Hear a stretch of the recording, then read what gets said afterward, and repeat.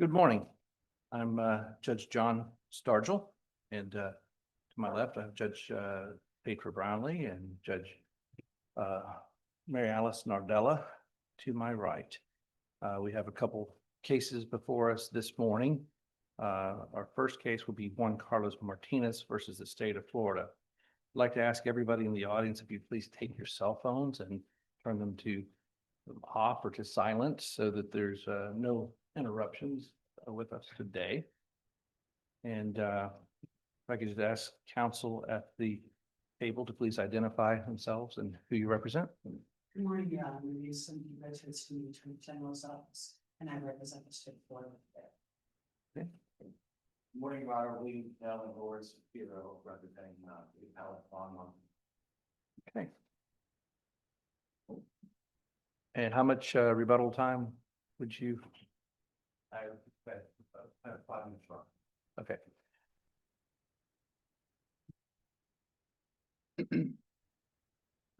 Mr. Snell, I'll recognize you.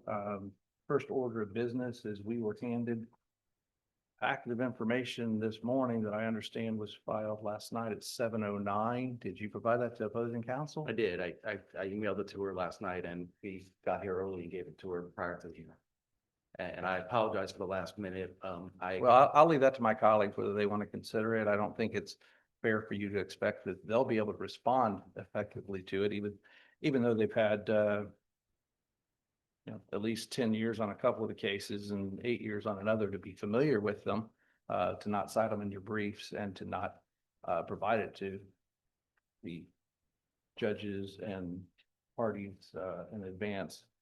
I think makes it difficult for us to do much with it today, but with that being said, you're recognized. I understand. I found them in my preparation, but I understand it would be much better practice to provide them in advance. May it please the court, my name is William Pennell and I represent Juan Martinez, the appellant in this case. As noted in our briefs, it's our position that the trial court committed 4 separate errors. I'm going to start my focus today on issue 3, the denial of motion to suppress. Certainly, if the court has questions about the other issues, I will address those. One housekeeping matter, I was going to address the notice of supplemental authority, but Your Honor took care of that. The other housekeeping matter I had was on page 16 of the state's answer brief. State argues that law enforcement conducted lengthy surveillance of Mr. Martinez in this case. From my reading of the search warrant affidavit, there was no evidence that they conducted surveillance of him or his house. So I think that's an inadvertent mistake by the state. And counsel, we would look to the 4 corners of the, what was submitted to the magistrate to sign the warrant to determine if that was true or false, correct? Correct, and my review of the 4 corners of that affidavit does not reflect any evidence of surveillance. As this court is aware, because the trial judge based his decision solely on the 4 corners of the affidavit, this court in Freeman says that this court's review is de novo. In a situation like this, according to the Cherry case, the second DCA 2021, they say the affidavit must state the affiant has personal knowledge of the confidential informant's veracity, or the affidavit must contain sufficient corroborating evidence. It's our position we have neither one of those things here. There's no evidence that the informant in this case is reliable or has a history of giving correct information.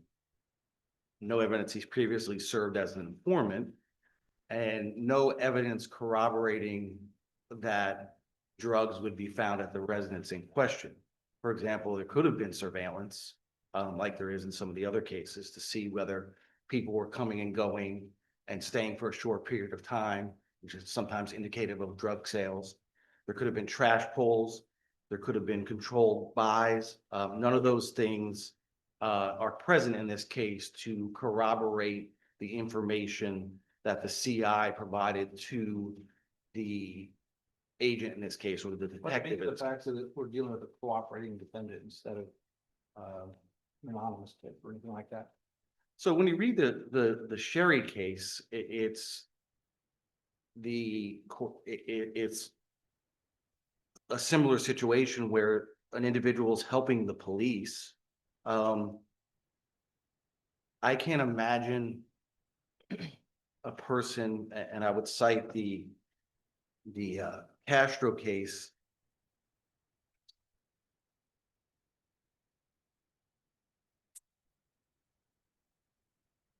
The Garcia case talks about an individual who is working for the police has less reliability. I can't imagine a person who was just arrested by federal authorities on a separate charge involving heroin. I think that person would be the most likely to do anything they can to help themselves. So I would suggest that that's the most unreliable person you could have. On the other end of reliability would be an unconnected citizen who maybe was a neighbor who saw something and had no skin in the game. This Counsel, defendant, let's talk about skin in the game, because that could be helpful. I know, is it your allegation that the cooperating defendant here, Mr. Castillo, had zero skin in the game? If he had given a false allegation against Mr. Martinez, is there any disincentive, any harm that would visit him? Let's talk about his, sure. his credibility from that angle. What is your position on that? I mean, I don't know that he can be charged with perjury. Right? So But what about like substantial assistant agreements falling through, or, and I know that's not in the record here, but it could be something like that. Of course. But we don't have that in the four corners of the affidavit. So of course, if he had a substantial assistance agreement in federal court and gave incorrect information, then he could lose a substantial assistance credit. But again, we have a guy who was recently arrested who has every incentive in the world to point the finger at someone in the hope that he's correct. And he might know that this person was involved in drug trafficking in the past, and hope that he's right. Yeah, what do we do with that fact? Is that fact relevant at all to It's, Mr. Martin? Go ahead. the case law says it's relevant, but when you don't have dates or times, it's not really particularly material to evidence that the drugs will be found on that date. And based on Well, the, for that, we have his testimony. So we have, we have some allegations, right? So he says, based upon my personal knowledge, right? Not based on something I heard, based on my personal knowledge, this Sure. morning I went to this house and this guy who was in this house tried to sell me 3 kilograms of cocaine. Right? And I know in the past, when I try to verify that information, that the gentleman that he's accusing of trying to sell him 3 kilograms of cocaine has been involved in similar endeavors. Correct? That evidence, his past acts, although they may not be relevant in a court of law to adjudicate his guilt, they are relevant to the magistrate in determining whether to issue. the case law says, and this is the Castro case says where there's not details on the defendant's arrest, that doesn't really corroborate anything. Okay. The Sanchez case says that it's relevant. And it's quote, it says, although the criminal history of a suspect can be a factor when determining whether probable cause exists, it does not show current drug sales were taking place at the residence when there was otherwise no such evidence. So, I mean, they're again talking about corroboration of the cooperating defendant or the informant. And I think we'd be in a different position if the affidavit said, the drug trafficking arrest was a couple weeks ago, even a year ago. Well, this is interesting. Do you distinguish between corroboration of the crime alleged or just corroboration of the details that surround the crimes, right? So we have corroboration of who's in the house, right? We have With- corroboration of the color of the house, right? We have corroboration of those sorts of ancillary details. But there is no, is it your position there has to be corroboration of the crime that's being alleged by the cooperating defendant? Or there needs to be more ancillary details, the mosaic has to be better? Well, I think corroboration of innocent details is not necessarily going to support probable cause. I mean, they just prove that the defendant lived there. And he knew that. And the cases talk about that. That what the cases focus on is there probable cause that contraband will be found in the residence on that day. And they talk about, again, controlled buys, surveillance, I think the best example of where a warrant properly establishes probable cause is the Laredo case, which is cited in Sherry. And they talk about the veracity and reliability of the two CIs in that case is corroborated by the 2-week surveillance of the defendant's residence. And where they saw vehicles coming and going to the residence, and those vehicles people only stayed for 5 to 10 minutes and left. So we don't have any of Was that. that a trafficking case? I believe Or it was is. that, my question would be, it says here that on that day, unlike some of these other cases where you have people coming and going, maybe they're selling smaller amounts, or maybe they are trafficking amounts, but, this is on that day. So as a trial judge, they're looking at this, and this is what the individual is saying, is that the day this happened. And they describe the details of the inside of the house, the tattoos on the individual, all the things that are going on there. What exactly more is it that you think you want our court to write a reversal and to be able to inform trial judges throughout our district what they need to do differently, what they need to be looking for, law enforcement, what they need to be writing different? So in this one, what additional factors are you saying they should have included? A single fact that corroborates the CI's information about the drugs being in the house. I agree that it's not stale. It's from that day, so it's definitely not stale. But all the cases talk about, and I mean, the plain language of the Cherry case says the affiant must state that he has personal knowledge of the confidential informant's veracity, or the affidavit must contain sufficient corroborating evidence. And when they talk about the corroborating evidence, they don't talk about innocent details. So there's nothing in here. I get it, it's that day, and I get it, it's detailed, but there's nothing to suggest to the magistrate looking at this application that this particular individual is credible. And he has every reason in the world to accuse someone to try to work off his charges. They drove them by that day, and he said, this is it. Again, they prove that the probable cause that Mr. Martinez lived there. The question, that's not the question before the magistrate. The question is there probable cause that contraband will be located on that date? And I think the search warrant affidavit in this case is woefully lacking on that issue. And again, we would be in a different situation, as Judge Nardella was asking about the criminal history, if the affidavit was more detailed and said, let's say, and I don't know whether this is true or not, if the affidavit says Mr. Martinez was arrested for trafficking at this house previously, I think now you have a more of a link, or if it was a recent trafficking arrest. But for all we know from the affidavit, because it's so conclusory on the trafficking offense, this could have occurred 25 years ago. Certainly, the fact that you were trafficking drugs 25 years ago doesn't mean you're trafficking drugs now. So for those reasons, we believe that the affidavit is woefully inadequate in this case. And I think the Cherry case is,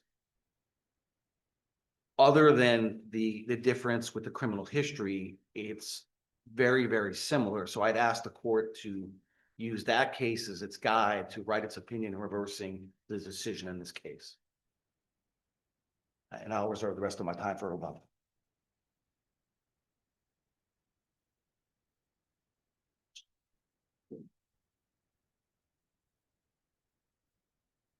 You recognized? Good morning, Your Honors. Let me start out by pointing out a couple of things.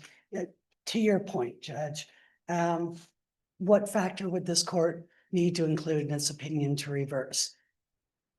I would say that's exactly why we're here. There should not be a reversal, because every factor that has been laid out in case law is present in the search warrant here today. The defense never claimed that Detective Sayance made a false statement, made a misleading statement. The application for search warrant, which the magistrate reviewed, had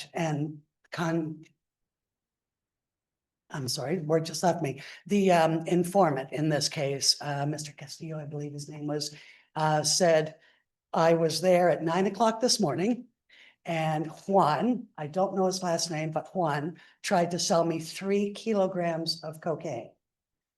He was not getting a deal by the state, but it was against his penal interest because this is a trafficking case. And he had knowledge of the trafficking amounts of drugs and the person who had them, where they were in this case. So once the search warrant was executed and the detective Sands did take the informant by the house, said, well, his name's Juan, don't know his last name, looked him up in David, the law enforcement system, verified that Juan Martinez lived at that house, showed the informant a picture of the defendant, who said, yep, that's him. That's the guy who tried to sell me the 3 kilos this morning. Counsel, what in your mind does the law require us to know about the confidential informant? The confidential informant, just. Do we need to know, for example, like whether, is this a truthful person? Is this a person who has something on the line? Would this be a co-defendant in the case? I mean, what does it require? Well, it requires that there has to be, the magistrate has to be able to know that the person making the application for the search warrant has reason to believe that a crime is going to be committed at a particular place at a particular time. That is all there. As far as the confidential informant, well, he wasn't, the cooperating witness goes, he had his penal interests at risk, as I said, because it's a trafficking case. So he was already arrested in a completely unrelated DEA drug case. Why he gave this information, I don't know. But the magistrate doesn't have to know if there's bad blood between a confidential informant or a cooperating witness and a defendant. That's not really relevant to whether or not there's going to be. But counsel, doesn't that go to Mr. Pennell's point that if we don't know what his interests are, we can't determine whether or not it was against his penal interest or he had any other skin in the game? Is that just inference it's not allowed, or is that common sense? Well, it's common sense, because whether he had skin in the game or not, it was against his penal interest. And he could have been charged in a conspiracy to traffic because he knew where the drugs were. He knew he was selling them, he was, Is being knowledge offered to enough buy to the charge drugs. somebody with conspiracy to traffic? No, I said it could have been. That's why it's against his penal Can interest. you build that out more? I don't understand that. Well, because he had knowledge of drug sales in trafficking amounts occurring at this particular residence. He could also, once the state made their case and made the arrest and made the bust into the house to execute the search warrant, and the trafficking amounts of drug was there. Now he had the cooperating witnesses' own statement that he was aware of the amount of drugs and where they were, and was, being offered to buy them for his, so he could resell them or whatever he wanted to do with them. But they had his own admission that he knew all about the amount of the trafficking weight of drugs, where they were and who had them. So, but as far as just getting the search warrant goes, there is nothing. And the court clearly said in this case that they found that the appellant provided no proof whatsoever that Detective Sands knowingly or intentionally omitted any material statements or merely submitting a federal search warrant, which is what happened in the motion to suppress, that was not sufficient to suppress a warrant in a completely unrelated case. The court also noted that the appellant didn't offer one shred of evidence that would mandate a Franks hearing. And after the testimony by Detective Sands and Officer Combas, the court stated there was no doubt that appellant failed to prove by preponderance of the evidence that the detective failed to admit anything that appellant alleged he had. And in this case, there is one more note of interest here. I know defense didn't get into the first 2 issues, but there was a lot of noise made about the search warrant and on the judgment of acquittal arguments. The possession of paraphernalia, which was open and obvious on the dresser, the scale, the Pyrex cup with cocaine residue in it, the fork, all that. In the night table drawer, there was an argument made by defense about a bill that was 4 months old. If you look at page 357 of the record, there's a picture of this bill. It's not any bill. It is a mortgage for the property in question in this case in appellant's name. It has handwritten notes on this mortgage showing that the date of the mortgage was May of 2019. So it was 4 months old, but it had handwritten notes on that the mortgage was paid in March of 2019 and again in May of 2019. It was also in there with a prescription bottle that was at least a year old. So there is no doubt whatsoever that the house that was used, the trap house in this case, on issue 3, can 100% be linked to the appellant in this case. Unless the appellant was paying a mortgage on that property for no reason whatsoever, which, you know, is not common sense. But that's why when the confidential informant said it's Juan and he's got the tattoos and he lives at this house, I don't know the number, but let me drive you there. And they looked up in David, that's how they could also identify that, yes, that was the appellant's house. And not only that, but this warrant, like I said, this all happened the same day. There is, to the detective's best of his knowledge from the informant, 3 kilograms of cocaine the defendant is actively trying to sell as of 9 o'clock that morning. There really is not the luxury of doing an in-depth, let's see if we can set up undercovers to meet somebody the defendant knows, and we'll try again in a month if we can get undercover buys.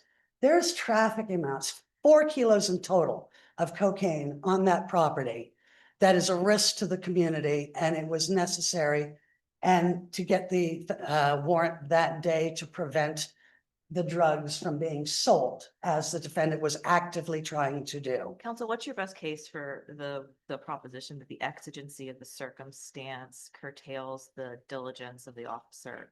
I do not say that it curtailed any diligence. There Maybe was no. curtails is the wrong word, but it seems like the argument you're making is that the exigency of the circumstance excuses a more detailed, and maybe excuses is the wrong word, but that you can do less to confirm a CI or a cooperating defendant if the circumstances are exigent. I would not advocate that exigency unless it's normal police circumstances, fire, somebody screaming help. Not that issue aside, I am not averring that exigency in the sale of drugs, even in this amount, should reduce any of the required steps to get a search warrant. But we have all of those steps being taken in this case. And defense had said that there was no evidence that there was surveillance.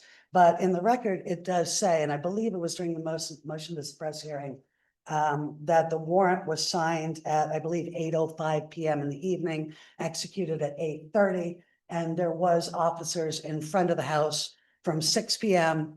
until 8:30 when the warrant was executed. So even after it was signed, the officers were there. I know it's 2 hours, but they were there for 2 hours, and they had already ascertained that this was the defendant. The cooperating witness was talking about, this was his address.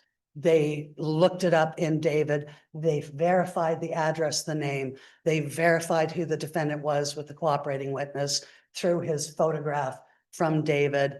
Defense themselves admit there was no misleading statements. There was no false information given. And the magistrates, what they have to look at the time, and this is a warrant now, that there is probable cause that a crime is being committed at this location. And everything that was provided to the magistrate in that warrant that was corroborated, sorry, can't speak this morning, by Detective Sayance was accurate. Counsel, would you agree with your opponent that everything that was corroborated was an innocent detail? I mean, we have the cooperating defendant who Mhm. tells us of the crime. Yep. And then the verification of the cooperating defendant's veracity. The only thing we're able to verify, to my knowledge, is what counsel has described as innocent details. Would you disagree with that? And what would you say? It doesn't No. matter, so I'm gonna ask a twofold question. Would you disagree with describing the verification only of the innocent? I'll call them mosaic details. Would you disagree with that description? And two, does it even matter? Well, I would disagree with calling them mosaic. I would That's- agree with the fact that there was corroboration of what was necessary for probable cause for the magistrate to issue a warrant. So yes, what the corroboration that Detective Science did, based on what the cooperating witness, the information he gave him, that was verified, and that was the grounds for probable cause in the warrant. So that I would absolutely agree with. And even though you're right, Judge Stargell, I was driving over from Clearwater last night, so I did not get the cases until this morning, but I am familiar with them, and I will just distinguish them by saying, in the Castro case, it was an anonymous tip that the search warrant was executed 7 days later. So that is not at all the situation we have here. And in the Sanchez, the detective said he did, quote, nothing. This was in the hearing to corroborate the tip he was given. Also not the circumstances we have in this case. And I believe the last case we have here was Laredo. And the court in Laredo said you have to show a probability that the contraband would be there that day. We have that exact scenario. The corroborating witness said, Mr. Martinez or Juan tried to sell me 3 kilos at 9 o'clock this morning at this address. Come here, I'll show you where it is. And then they verified, is this the guy that tried to sell it to you? Yep, that's the guy. So all of this unquestionably amounts to sufficient probable cause for a magistrate to believe that a crime was going to be committed at that address at that time. And on that note, Your Honor, unless there are any other questions for me, I will rest on my brief in this case. Counsel, do you want to address the good faith exception, the argument I'm sorry, would you like to address the good faith exception? the what? The good faith exception? Yes, Your Honor, I will absolutely address the good faith exception. In that, even if the probable cause in the case were marginal, which I do not agree it is, the good faith exception would also apply because the officers in executing the warrant, they acted in objectively reasonable reliance that on the search warrant that was issued by a detached and neutral magistrate. You know, Counsel, are there any, so the trial judge didn't rule on the good faith exception. Are there any factual disputes the trial judge would need to, and I'm guessing no, because the question is the face of the affidavit sufficiency, but I wanted to hear from you. Are there any disputes that the trial court would need to resolve if this court were to look at the good faith exception for the first time? no, I don't believe there would be, Your Honor, because as I said, the case law in Florida, it has to be a reasonable probability that a crime is going to be committed in that location.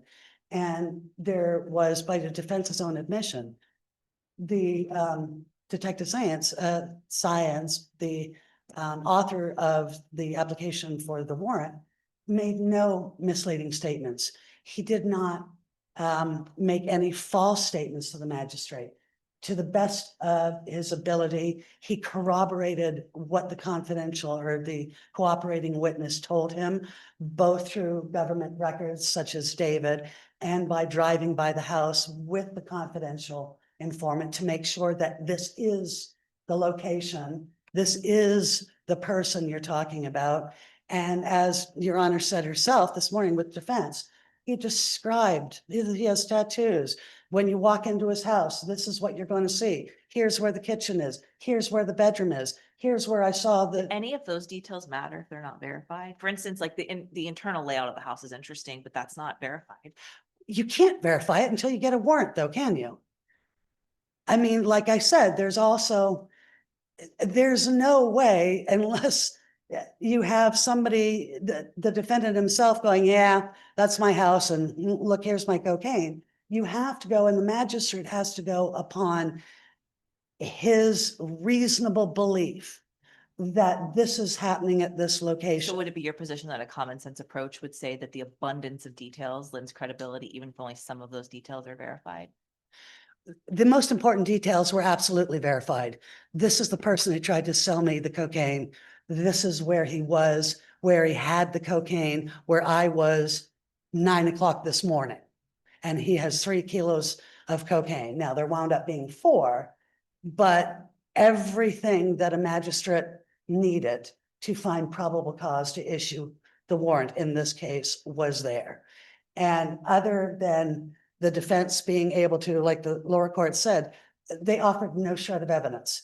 They brought up in the motion to suppress hearing, they tried to enter into evidence a warrant in the DEA case, which has absolutely nothing whatsoever to do with this case. They're 2 unrelated cases, except for the fact that the cooperating witness was arrested on a separate DEA case. Now, whether or not, why he wanted to give this information about defendant, I don't know.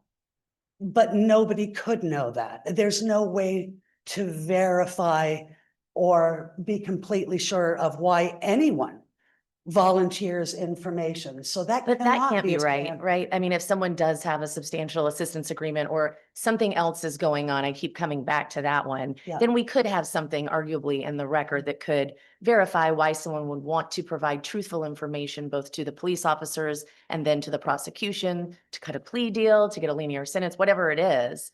We could have a moment like that in the record, right? But that moment's absent here. That is correct, Your Honor. So what's the difference? I mean, I hear what you're saying about all of these corroborating details about the home and all of that. And I think in certain situations, we hear about innocent activity. I think in certain situations, Mhm. certain repeated innocent activity can give rise to probable cause. But if you look at the 4 corners of this affidavit, say I'm your best friend. And I know where you live because we spend every Right. Friday night watching TV together and having fun. Right. What's the difference between what we have in the 4 corners of this affidavit and me going up to a police officer if I get mad at you and saying, I know where she lives. I know her name. I know what her house looks like. I know what her telephone number is. I know she's on the mortgage. I know all of these details about her house. And guess what? She has a ton of marijuana in there. What is the difference between, there's nothing to make that truthful, right? I could just be mad at you as your friend. That's correct. But I have all these fabulous details about your house, but you don't have a bunch of marijuana in your house. So where's the link? How do I get to the fact that I would be telling the correct story about you? This, we can call it a citizen informant or confidential informant, Right. citizen witness rather, what is it? Right. Which I think matters that no one's really touched on, and I'm curious about that. But what gets me there to say, yeah, I think it's probable that she's got a bunch of marijuana in there. Well, because none of those facts are in this record whatsoever. Nobody, like the defense said, there's no allegation by anybody that Detective Sands made any false statements. Nobody has said, well, it's not true, because clearly it is true. But what would stop somebody from doing that is being arrested for filing a false report, for one thing. So that would be a criminal consequence to So lying. in this world, every person would have skin in the game.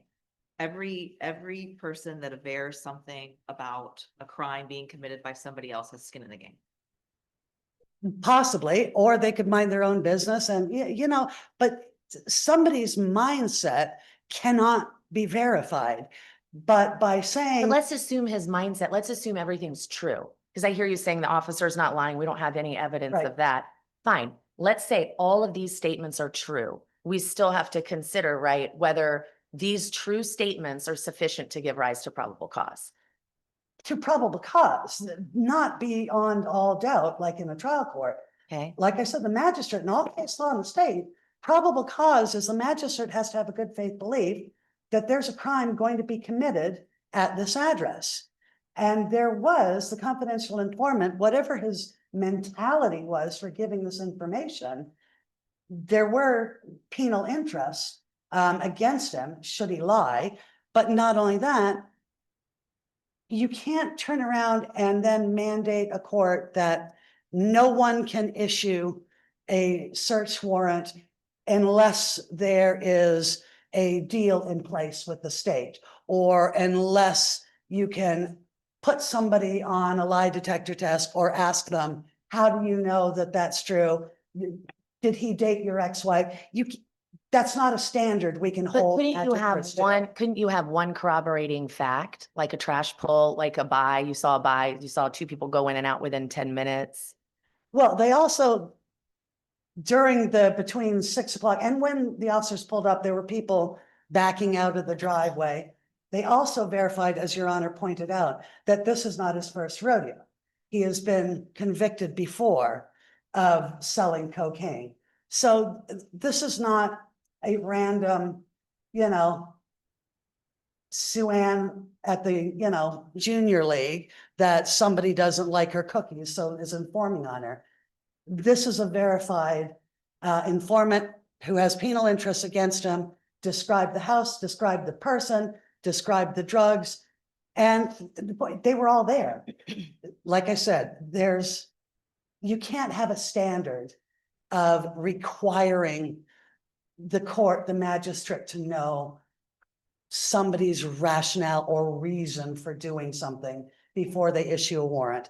And you can't ask a magistrate to only issue a probable cause warrant if the cooperating witness or co-defendant has made a deal with the state or has something tangible in writing saying you're going to jail if any of this proves to be false.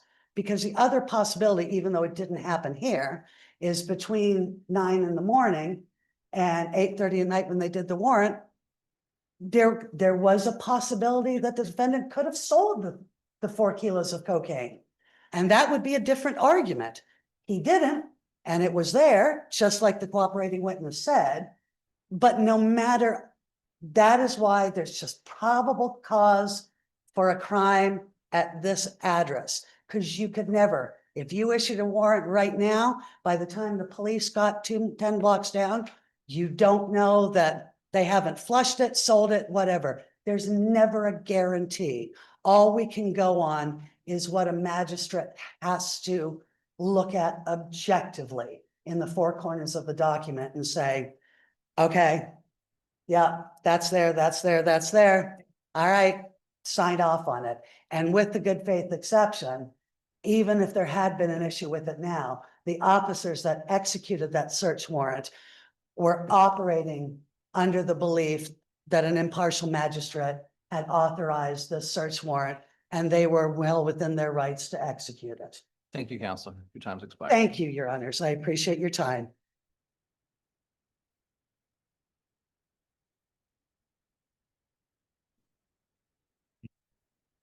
May it please the court. Initially, I want to make it clear, we're not arguing that there's any improper omissions or false statements. We're not arguing on Frank's issue, so. I We understand, don't- counsel. So, secondly, I disagree that there's a statement against penal interest in this case, as Judge Nardella indicated. Just the fact that someone witnessed drugs in a house and was in the house doesn't expose them to criminal liability. So I agree that there's case law that says where you make a statement that puts you in danger of being charged with crimes, makes them more reliable. I just don't think we have that. Let me ask you this, though. I mean, he was there that morning. You didn't know if they weren't surveilling the house, that there's other things that are gonna tie him to it to make him potentially criminally liable for them telling other people, yeah, I got somebody else who's interested in this. So if he's feeling like he might be tied to it, isn't that a potential issue as far I as think, against his I think the case laws say it has to be a statement against penal interest. So I don't, if he said, I thought I was gonna be tied to it because of this, and this, maybe, but he didn't say that. He said, I was there and I saw it. So I don't, trying to second guess into what you want the magistrate to read into it. So if they feel like, I wanted to read anything into it. I wanted to read the plain language of the affidavit, and he makes the statement that I was there and I saw drugs, which is not a crime.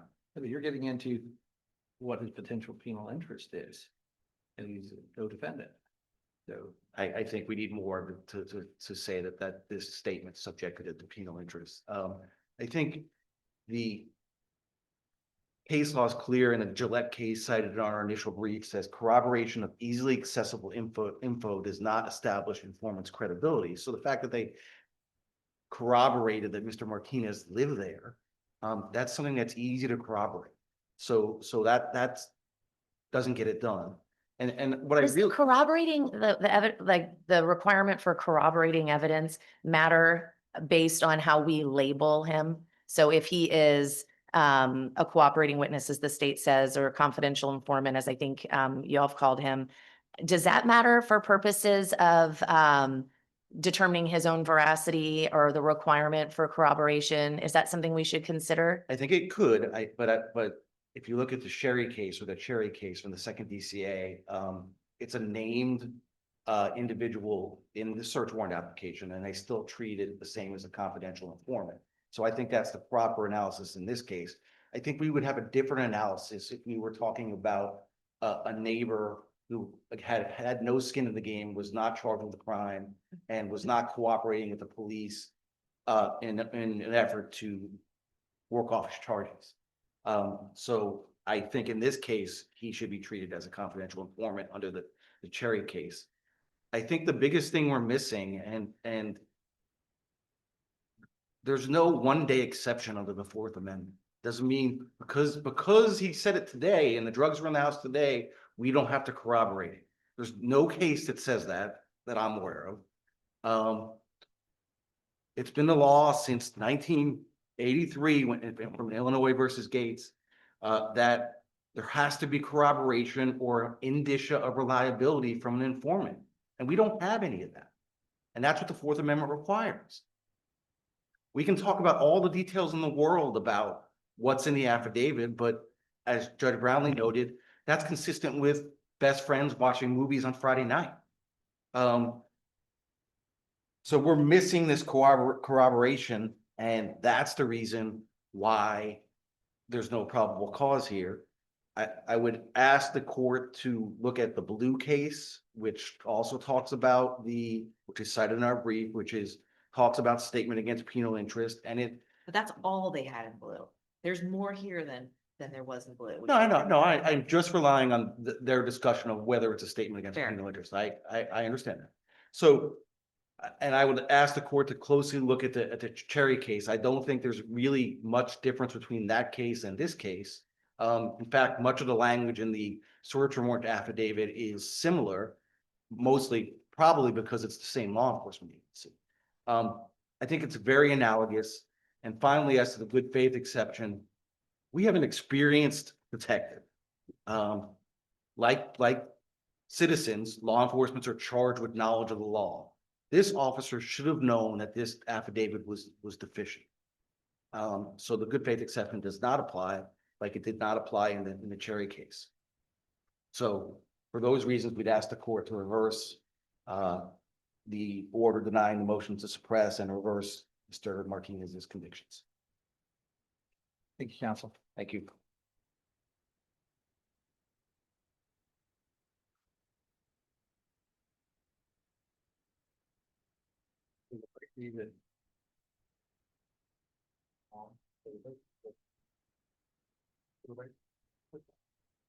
We'll be in recess for about 10 minutes.